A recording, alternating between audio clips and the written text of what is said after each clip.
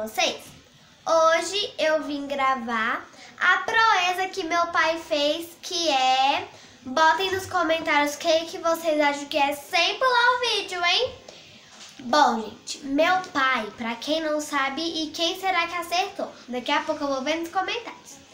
Bom, gente, meu pai perdeu o telefone dele, não sei aonde, mas eu vou contar direitinho pra vocês, que está tudo aqui, todo o bafafá que a gente quer saber.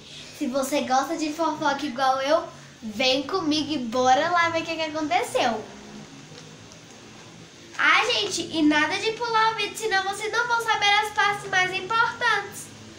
Bom, aqui, ó. 1, 2, 3 e gravando sem gracinhas.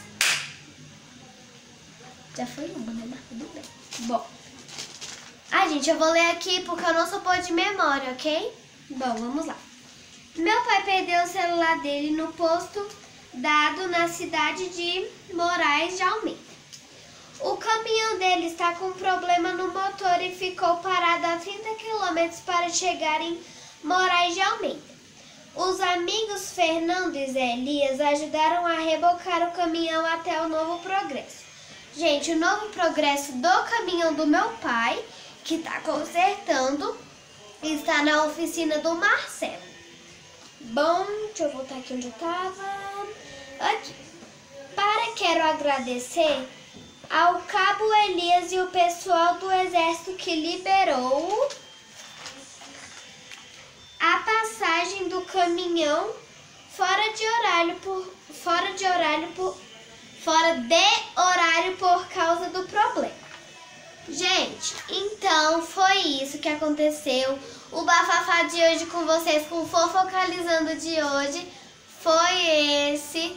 Espero que vocês tenham gostado. Vou virar uma batatinha frita porque o vídeo não ficou de... Que, produção? Ah, vou virar uma batatinha, gente, porque eu não fiz o vídeo de... O que, produção? 10 minutos. 10 minutos, gente, mas tudo bem. Tem nada. E eu quero agradecer também aos amigos do meu pai que ajudou a rebocar o caminhão. Gente, que mais que eu ia falar? Ai, pera, deixa eu lembrar. Assim, gente, rumo a 8.000 inscritos. Bom, gente, eu também quero falar que eu também já perdi meu celular, mas graças a Deus eu já sei. Se vocês quiserem saber, eu peço pro meu pai vir aqui comigo e a gente grava um vídeo. Bom, espero que vocês tenham gostado. Um beijão e tchau, tchau!